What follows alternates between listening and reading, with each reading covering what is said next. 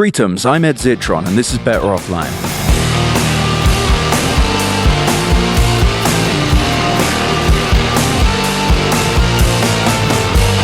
Better Offline. In my last episode, I started by telling you about a report from the analyst wing of a major bank, TD Cowen, that revealed how Microsoft had drastically pulled back on its plans to build new data center capacity. At a bare minimum, Microsoft had cancelled the equivalent of every data center in London or Tokyo. At least, the real figure is actually probably much, much higher. And as I pointed out, that this is a real pale horse, a harbinger of bad times for generative AI and OpenAI especially, and an indicator that the bubble is imploding or popping.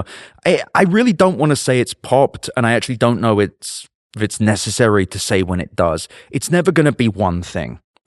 I also mentioned that some may interpret this move as a response to OpenAI's Stargate project, which aims to build hundreds of billions of dollars of data centers and power generation facilities in the US, all to power generative AI apps and tools that I'm not sure actually there's really the demand for. But this begs the question, how feasible is the Stargate project? Let's start with a bit of background. The Stargate project was officially announced at the very beginning of the Trump presidency, as OpenAI tried to court favor from the notoriously transactional and praise-hungry President of the United States of America. Despite that, the project has been in the works for some time, and OpenAI had previously courted the Biden administration. Sam Altman's previous pitch to that administration late last year was that it was necessary to build a 5-gigawatt data center.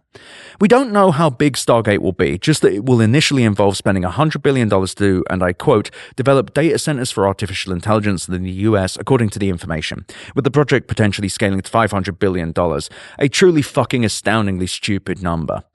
Stargate's first and only data center deal currently signed is in Abilene, Texas, and it's expected to be operational in mid-2026, though these centers usually become operational in phases. This is especially likely to be the case here, considering that, according to the information, OpenAI plans to have access to 1 gigawatt of power and hundreds of thousands of GPUs.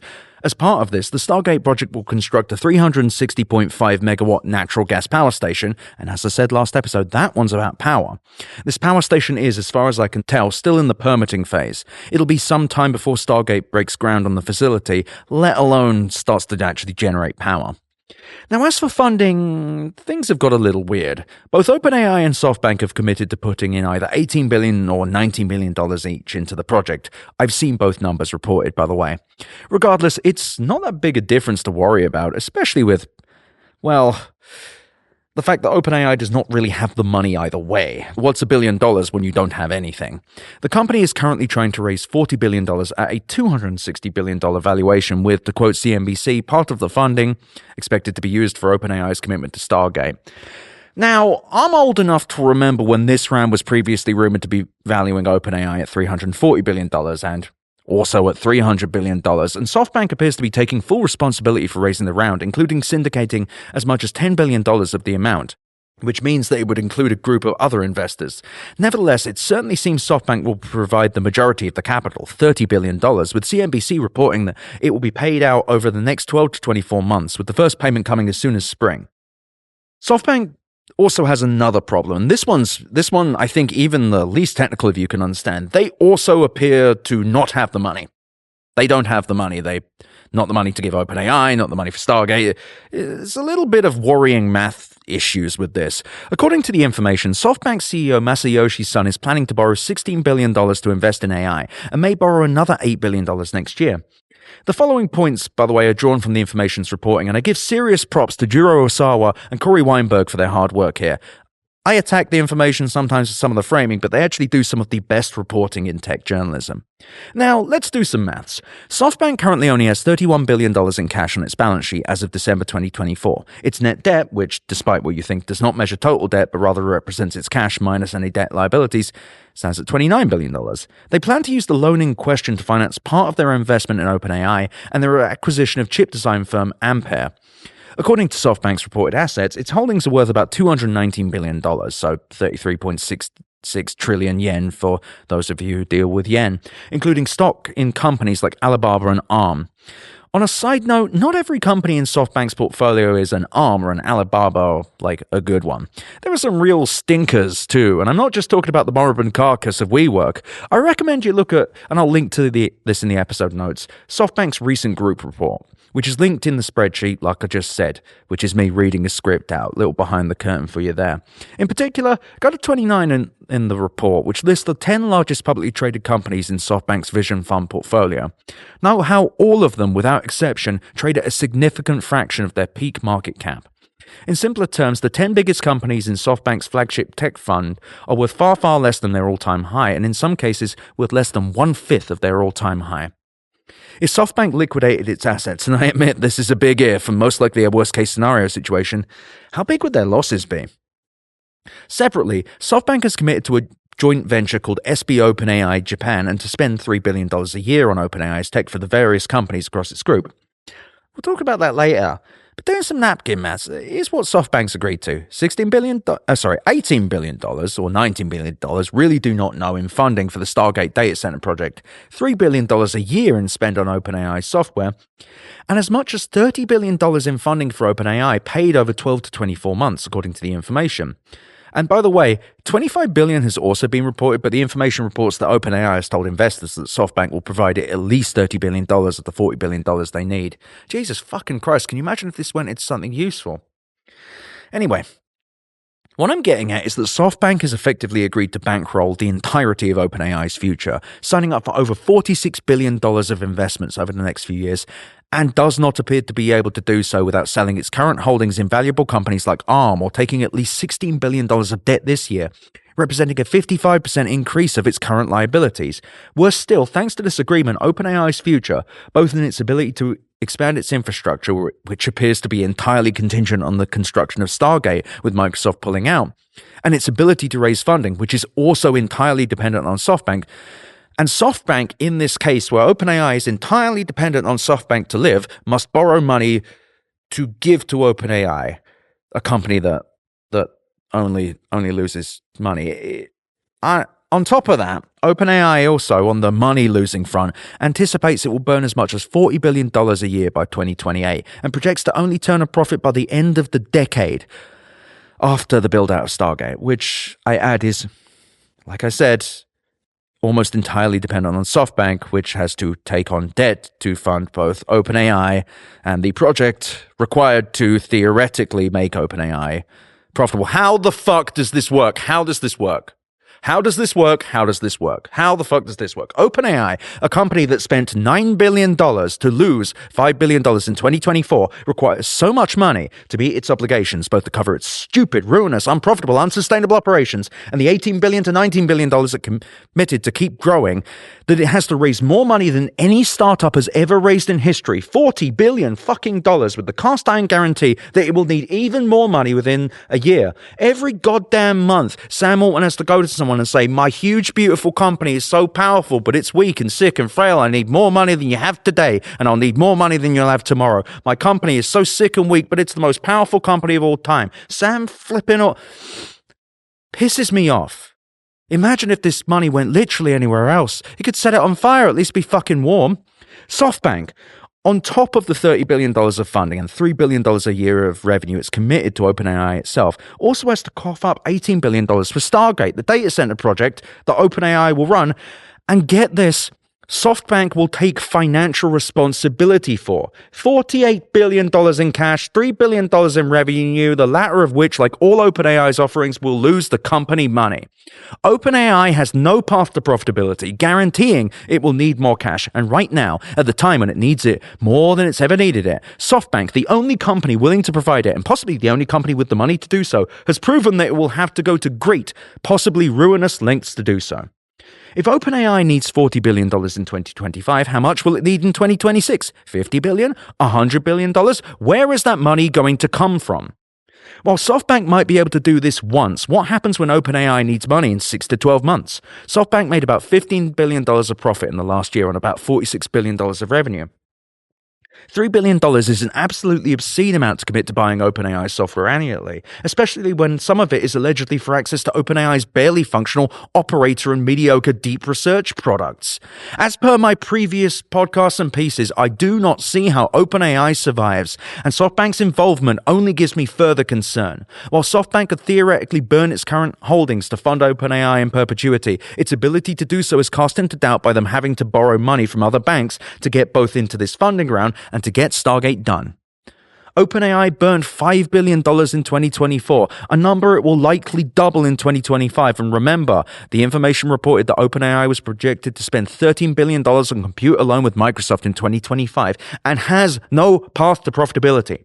SoftBank has already had to borrow to fund this round, and the fact that it had to do so suggests its inability to continue supporting OpenAI without accruing further debt. OpenAI, as a result of Microsoft's cuts to data center capacity, now only has one path to expansion. Once it runs through whatever remaining build-out Microsoft has planned, that is. And that's Stargate, a project funded by OpenAI's contribution, which it's receiving from SoftBank, and SoftBank, which is also having to take out loans to meet its share. How does this work exactly? How does this continue? Do you see anyone else stepping up to fund this? Who else has got $30 to $40 billion to shit out every year? Well, the answer is Saudi Arabia. SoftBank's CEO Masayoshi Son recently said that he had, and I quote, not given Saudi ruler Mohammed bin Salman enough return, adding that he still owed him. That's really not the ideal thing you want to say after naming MBS. Nothing about this suggests that Saudi money will follow SoftBank's in anywhere near the volume necessary. As for the Emiratis, they're already involved through the MGX fund, and it's unclear how much more they'd be willing to commit. Really though, mate, buddy, fellow, how does this work? In my opinion, this OpenAI SoftBank deal is wildly unsustainable, dependent on SoftBank continuing to raise both debt and funnel money directly into a company that burns it by the billions every year and is set to only burn more thanks to the arrival of its latest bullshit model. And if it had a huge breakthrough that would change everything, wouldn't Microsoft want to make sure they were building the data center capacity to support it? Hey, maybe they're not.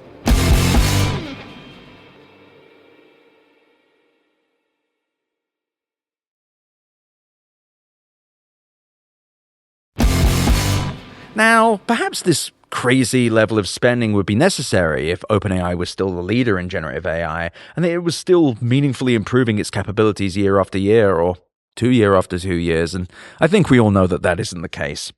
A few weeks ago, OpenAI launched GPT 4.5, its latest model that, well, this isn't brilliant. Sam Altman says, and I quote, is the first model that feels like talking to a thoughtful person, which, by the way, is really funny. It's really funny to say it, to be like, yeah, I have spent billions of dollars telling you that this bullshit is like a person, but this one really is. The other one's not so much. I did not think that in the past. And it's not obvious what GPT 4.5 does better, or even really what it does, other than Altman saying it is a different kind of intelligence and there's a magic to it that he has not felt before. Wow, really inspirational stuff, Sammy. Fucking idiot. This was, by the way, in Altman's words, the good news. The bad news was that, and I quote, GPT 4.5 is a giant expensive model, adding that OpenAI was out of GPUs, but proudly declaring that it'd add tens of thousands of GPUs in the week following and would roll out to OpenAI's $20 a month plus tier, and that they would be adding hundreds of thousands of GPUs soon. Excited? Well, you shouldn't be. On top of a vague product set and indeterminately high compute cost, GPT 4.5 costs developers an incredible $75 per million input tokens, and those are the prompts and data pushed into the model, and a absolutely astounding $150 per million output tokens, and that's the output it creates. And that's roughly 3,000% more for input tokens and 1,500% more expensive for output tokens than GPT-4o, for results that OpenAI's Andrej Karpathy described as a little bit better and awesome, but also not exactly in ways that are trivial to point to. And one developer described GPT 4.5 to Ars Technica as a lemon when comparing its reported performance to its price. Ars Technica also reported that GPT 4.5 was terrible for coding, relatively speaking, and other tests showed that the model's performance was either slightly better or slightly worse across the board, with, according to Ars Technica, one success metric being that OpenAI found human evaluators preferred GPT 4.5's responses over GPT 4o in about 57% of interactions. Wow, that's very underwhelming. So just to be crystal clear, the biggest AI company's latest model appears to be even more ruinously expensive than its last one, while providing modest at best improvements and performing worse on several benchmarks than competing models. Very good. Despite these piss-poor results, Sam Altman's reaction was to bring in hundreds of thousands of GPUs as a means of exposing as many people as possible to his mediocre, ultra-expensive model. And the best that Altman has to offer is that this is the first time people have been emailing with such passion, asking OpenAI to promise to never stop offering a specific model. I am just going to say this, that is a tweet and it never happened. Or it happened like once. This is some girlfriend in Canada shit. Sam Altman is washed. When all of this falls apart, remember, I said he was washed. Now, remember how I talked about OpenAI's lack of meaningful improvement? As a reminder, GPT 4.5 was meant to be GPT 5, but according to the Wall Street Journal, continually failed to make a model that advanced enough to justify the enormous cost. With a 6-month training run costing $500 million and GPT 4.5 requiring multiple runs of different sizes. So yeah, OpenAI spent hundreds of millions of dollars to make this. Great stuff! And I haven't even mentioned the company's purported agent products. And no, I'm not talking about Operator, which is also dog shit, by the way. OpenAI wants to create tiers of AI agents, with the cheapest costing $2,000 a month and capable of handling administrative tasks, and the most expensive costing $20,000 and having PhD level. Look, I wrote this script, all right, and I'm going to be honest, I can't even read that sentence with a straight face. Operator cannot even search TripAdvisor properly.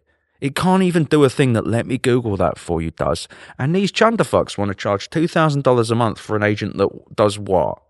Does some sort of, what's it do? Oh, $20,000 for something with PhD level capabilities. I think all the people with PhDs listen to this have just stood up and gone, I have an idea.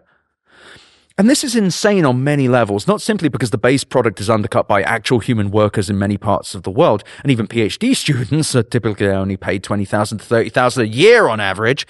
And even people with actual doctorates in industries rarely earn $20,000 a month unless they're working in Silicon Valley or occupying a C-suite job.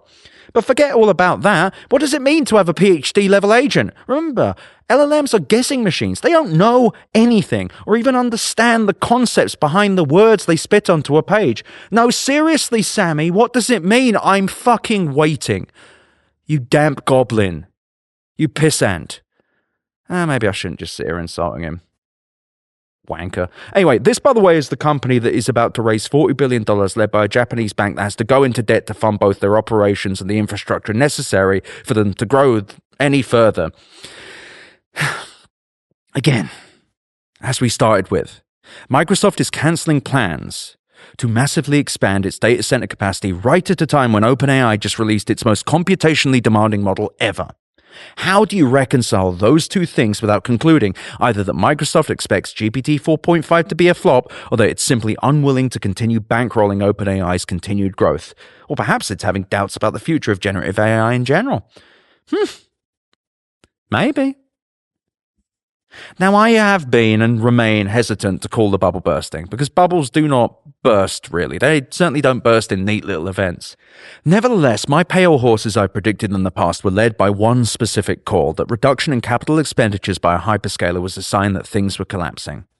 Microsoft walking away from over a gigawatt of data center plans, equivalent to as much as 14% of its current data center capacity, is a direct sign that it does not believe that growth is there in generative AI, and thus they are not building the infrastructure to support it, and indeed may have overbuilt, something that, as I've mentioned, that Microsoft CEO Satya Nadella has directly foreshadowed in his interview with Dwarkesh in an otherwise extremely boring and waste of an hour of your life.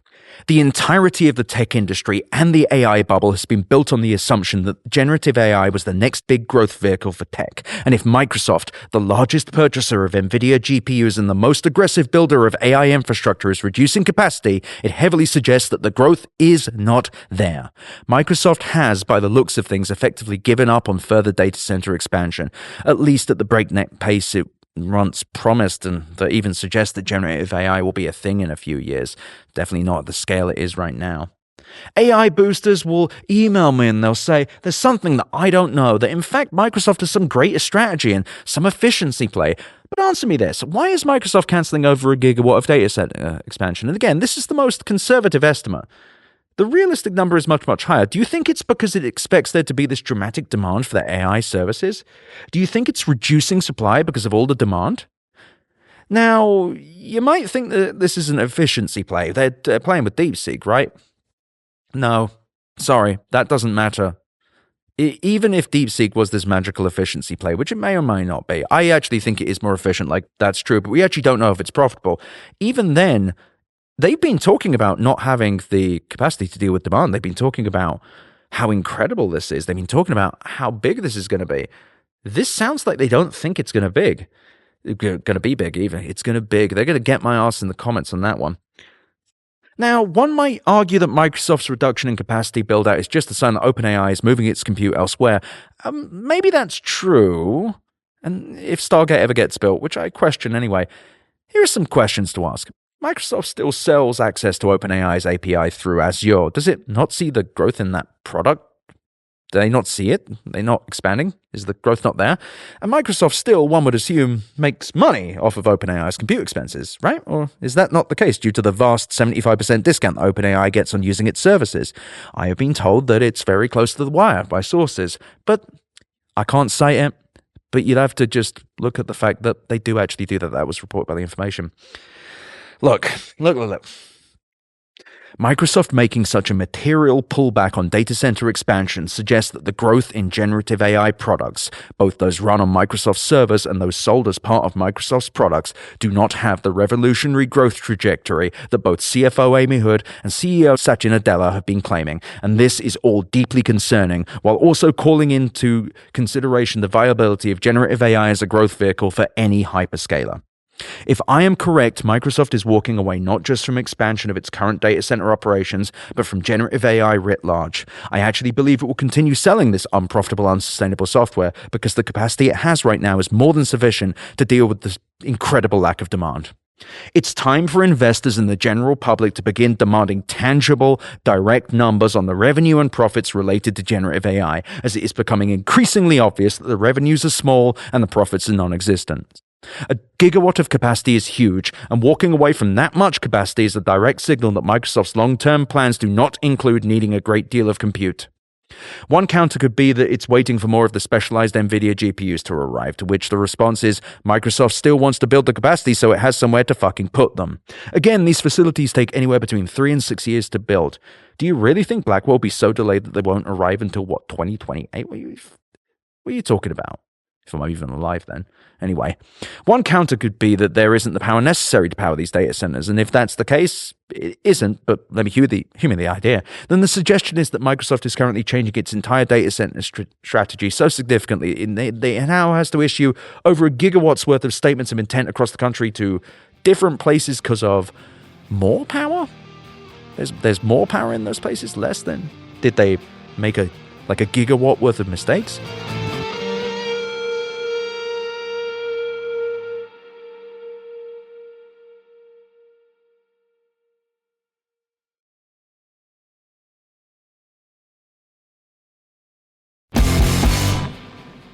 Now, okay.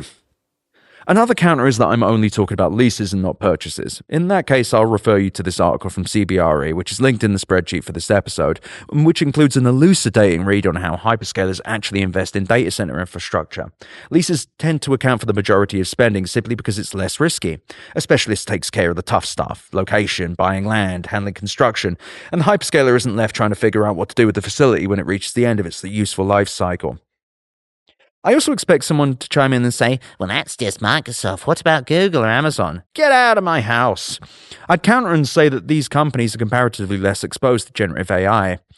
Amazon has invested $8 billion in Anthropic, which is a bit less than half of what Microsoft has reportedly invested in OpenAI, which amounted to about $14 billion as of December. When you consider the discounted Azure rates Microsoft offers to OpenAI too, the real number is probably much, much higher. Google also has $3 billion in Anthropic, in addition to its own AI services like Gemini. OpenAI, as I noted in my last newsletter, is pretty much the only real generative AI company with market share and significant revenue, although I once again remind you that revenue is not the same thing as profit. And this is true across mobile, web, and likely its APIs too. Similarly, nobody has quite pushed generative AI as aggressively as Microsoft, which has introduced it to an overwhelming number of its paid products, hiking prices for customers as it goes. I suppose you could say that Google has pushed Gen AI into its workspace products as well as its search products, but the scale and aggression of Microsoft's push feels different.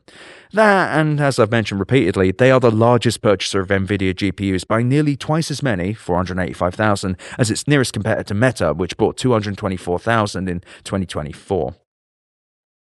Ultimately, Microsoft has positioned itself at the heart of generative AI, both through its own strategic product decisions and its partnership with OpenAI. And the fact that it's now scaling back on the investment required to maintain that momentum is, I believe, pretty significant.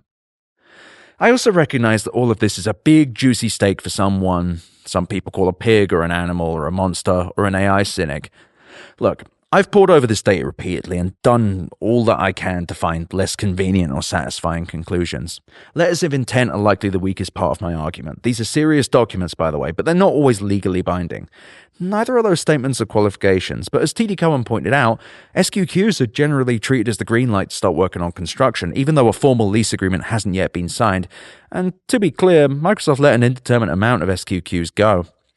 Nevertheless, it's incredibly significant that Microsoft is letting so many, the equivalent of as much as 14% of its current data center capacity at a bare minimum, on top of the couple hundred, so at least 200 megawatts of data center leases, become cancelled.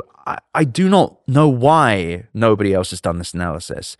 I've now read every single piece about the TD Cohen report from every single outlet that covered it. I've read some weird SEO stuff. It's not good. And I'm just kind of astounded by the lack of curiosity as to what 1GW plus means in a report that meaningfully moved markets, as I'm equally astonished by the lack of curiosity to contextualize most tech news. It's as if nobody wants to think about this too hard, like nobody wants to stop the pie. Nobody wants to accept what's been staring us in the face since last year, if not earlier, and when given the most egregious, glaring evidence, people still must find ways to dismiss it or ignore it rather than give it the energy it deserves.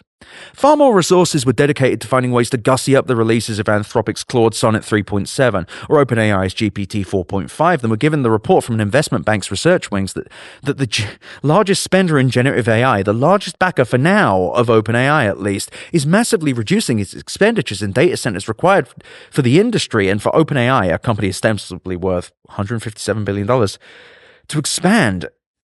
Microsoft's stake in OpenAI is a bit fuzzy, as OpenAI doesn't issue traditional equity, and there's a likelihood it may be diluted as more money comes in. It reportedly owned 49% in 2023, though. Assuming that's still the case, are we to believe that Microsoft is willing to strangle an asset worth at least $75 billion, several times more than its investment today, by cancelling a few leases? How many more alarms do we need to go off before people recognize that something bad is happening? Why is that tangible, meaningful evidence that we're in a bubble, and possibly a sign that it might be popping, less interesting than the fact that Claude Sonnet 3.7 can think longer? And if you're listening to this and you think I'm talking about you, I fucking am. I am sick of this shit. I am absolutely sick of this shit. I'm sick of reading articles like that when far more important and scary and damning things are happening. Things that actually matter. I don't care if Wario Amadeus allowed you to make it compute for longer. It doesn't matter compared to this. It does not matter compared to a gigawatt or more of capacity going. And I'm sick of this. I'm sick of me having to be the guy sometimes. I do not say these things to be right. I don't want to be a cynic or a hater. I say this all because I am trying to understand what's going on, and if I do not, I will actually go insane. Every time I sit down to write my newsletter or record this podcast, I'm doing it because I'm trying to understand what's happening and how I feel about it, and these are the only terms that dictate my creativity. It just happens that I've stared at the tech industry for too long, and now I can't look away. Perhaps it's driving me mad, or maybe I'm getting smarter, or maybe it's an Arnold Palmer of the two. But what comes out of my work is not driven by wanting to go viral, or having a hot take, or be a renowned skeptic, or being right, or being anything. Because such things suggest that I would do this differently if 3 people listened versus... I actually can't say the amount of people that do. I have rules. But 57,000 people subscribe to my newsletter. Extrapolate from there. I would do the same goddamn thing. And in fact, if you look back in my work, I've done the same thing from the beginning. Now, I'm not saying that Microsoft is dying or making any grandiose claims about what happens next. What I am describing, however, is the material contraction of the largest investor in data centers, according to TD Cowen, potentially at a scale that suggests that Microsoft has meaningfully reduced its interest in further expansion of data centers writ large. This is a deeply concerning move, one that suggests that Microsoft does not see demand to sustain their current expansions, which has greater ramifications beyond generative AI, because it suggests that there isn't any other reason for it to expand the means of delivering software. What has Satya Nadella seen? What is Microsoft CFO Amy Hood doing? What is the plan here? And really, what's the plan with OpenAI? SoftBank has committed over $40 billion of costs that it currently cannot afford, taking on as much as $24 billion in debt in the next year to help sustain one more funding round and the construction of data centers for OpenAI, a company that loses money on literally every single customer. To survive, OpenAI must continue raising more money than any startup has ever raised before, and they are only able to do so from SoftBank, which in turn must take on debt. OpenAI burned $5 billion in 2024 and will likely burn $11 billion or more in 2025, and will continue burning money in perpetuity, and to scale further will require funding for a data center project funded partially by a funding from a company that's taking on debt to fund them. And when you put this all together, all I can see is calamity. Generative AI does not have meaningful mass market use cases, and while ChatGPT may have 400 million weekly active users, there doesn't appear to be meaningful consumer adoption outside of ChatGPT, mostly because almost all AI media coverage inevitably ends up marketing one company, OpenAI. Argue with me all you want about your personal experiences with ChatGPT or how you personally found it useful. I don't care. I stopped listening a while ago. Your points never prove anything. That doesn't make it a product with mass market utility or enterprise utility or worth the vast sums of money being plowed into it. Worse still, there doesn't appear to be any meaningful revenue. As discussed in my last episode, Microsoft claims $13 billion in annual recurring revenue, not profit, on all AI products combined on over $200 billion of capital expenditures since 2023, and no other hyperscaler is willing to break out any AI revenue at all. Not Amazon, not Meta, not Google, nobody. Does that not worry anyone? Is anyone listening to this who actually deals with the economy? Can you please listen to me so we don't... Actually, I don't know what we do. I actually don't know. I have no idea. Where's the growth? Where's the money? Where's the money, Sammy? Where is it? Where's my money, honey? Give me the money, Sam Altman. Where's my money? Why is Microsoft canceling a gigawatt of data center capacity while telling everybody that it didn't have enough data centers to handle demands for its AI products? Well, I suppose there's one way of looking at it. Microsoft may currently have a capacity issue, but soon won't, meaning that further expansion is unnecessary. If that's the case, it'll be interesting to see whether their peers follow suit. Either way, look, I see nothing that suggests that there's future growth in generative AI. In fact, I think it's time for everybody to seriously consider that big tech burned billions of dollars on something that nobody ever wanted or would pay for. If you listen to this and scoff, I don't know, what should I have talked about? Anthropic adding a sliding thinking bar to a model GPT 4.5? Who gives a shit? Can you even tell me what it does differently to GPT 4.0? Can you explain to me why it matters? Or are you more interested in nakedly captured imbeciles like Ethan Mollick sweatily oinking about how powerful the latest arse can shit? It's like no one's interested in the things happening in the real world. It's like nobody's thinking about the silicon and the infrastructure and how things actually get built. Wake the fuck up, everybody. Things are on fire.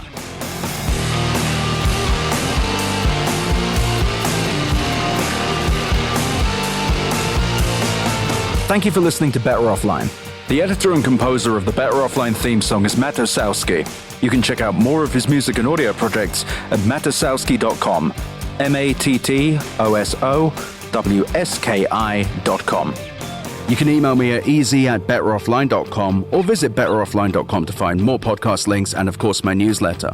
I also really recommend you go to chat.wheresyouרד.at to visit the Discord and go to r/betteroffline to check out our Reddit. Thank you so much for listening.